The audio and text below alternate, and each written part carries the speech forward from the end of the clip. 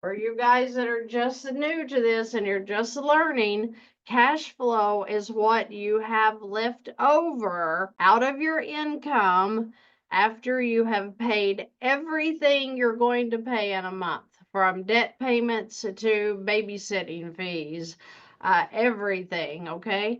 So make sure you know your numbers. She has 350 cash flow left. How can we increase her cash flow? How can we increase her cash flow so that she is coming into some kind of debt elimination? All right, we talked about this on a live. I think we did this on Friday and Saturday. So if you want to go back and catch those lives, do that. Get educated on how to use these credit cards. So her living expenses are $2,500, and most of them she can use on a credit card. What did I mean by that? Well, I meant that you can charge your gas, right? You can go to the gas station, charge your gas. Let's say that is going to be $250 a month in gas for your car. You can charge your food. How much do you spend in food a month? Restaurants, okay? Grocery stores. So she may be spending $1,000 a month on food. What else do we spend on? Netflix, your alarm system, the monthly subscriptions, the Amazon subscriptions. What other subscriptions do you have? Because that's chargeable on a credit card. So we're going to put subscriptions. What else? How about your car insurance? Can you charge your car insurance on a credit card? I can. So let's charge $370 for the car insurance. What else do we have that we can charge? How about, let's see, gifts? Any kind of giving that you do? What's another really good one? Why am I not thinking? What else do I charge? Your utilities. Okay, so maybe your utilities are, well, they could be quite pricey, but let's say $300 per month. Okay, I hope I'm not running out of the screen here. All right, so if we have $1,000, let's say, that we can use in food, and then, gosh, we got so many things to work with here. So let's write this up here. She has $350 in cash flow currently.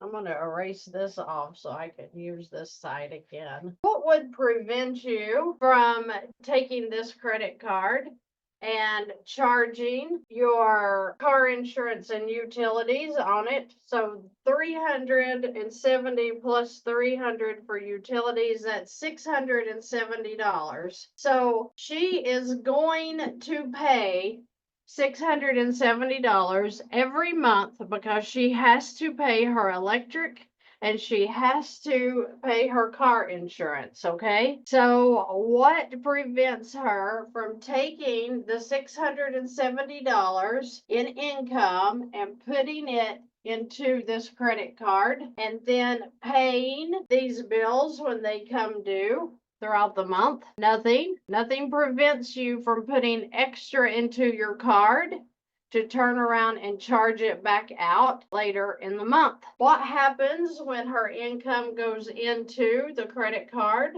So let's do the numbers. 20,000. 371 is the balance of this credit card. She puts in $670 to cover the car insurance and the electric. All right, so let's do the math. 20,371 and 670 income going in 19,701. What happened to this $411 payment that was due on this credit card number one? Then it's gone. You satisfied it. Then you put in, if you put in your income into the credit card, to charge whatever it is you're going to be using anyway when the income goes in, it satisfies this $411. Well, what happened to your cash flow when this was satisfied? Didn't you just add $411, right? So now you have $761 in cash flow per month. What happens when you do the same thing to credit card number 2? What if you took your $1,000 in food that you're going to be buying food every month anyway, and you put it into this credit card, dropping it down to $18,914. Then as you charge food, you go to the grocery store and spend $100. You go to the restaurant the next day, spend $50. It slowly pays for your food throughout the month. What happens to this $540 payment that you had due on the credit card? It's satisfied. So if you take and add your numbers here, that means that you gained $1,301. No, you didn't gain. You now have $1,301, up from $350 in cash flow, just because you use your credit cards correctly. All right. I see this every day. I want to reiterate when we're talking in these lives about how to do this, because you're living paycheck to paycheck, or you're looking for a way to increase your cash flow so that you can start paying off some debt. Okay, so if you're doing this with money you're already going to be spending every month regardless, you're using your credit cards as expense cards.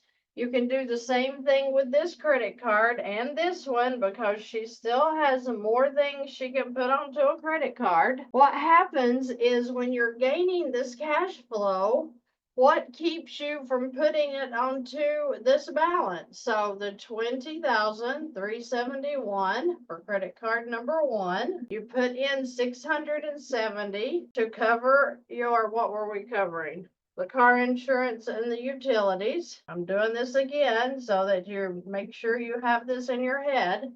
Then what about the $1,301 that we have in cash flow going into this card now to start paying it down?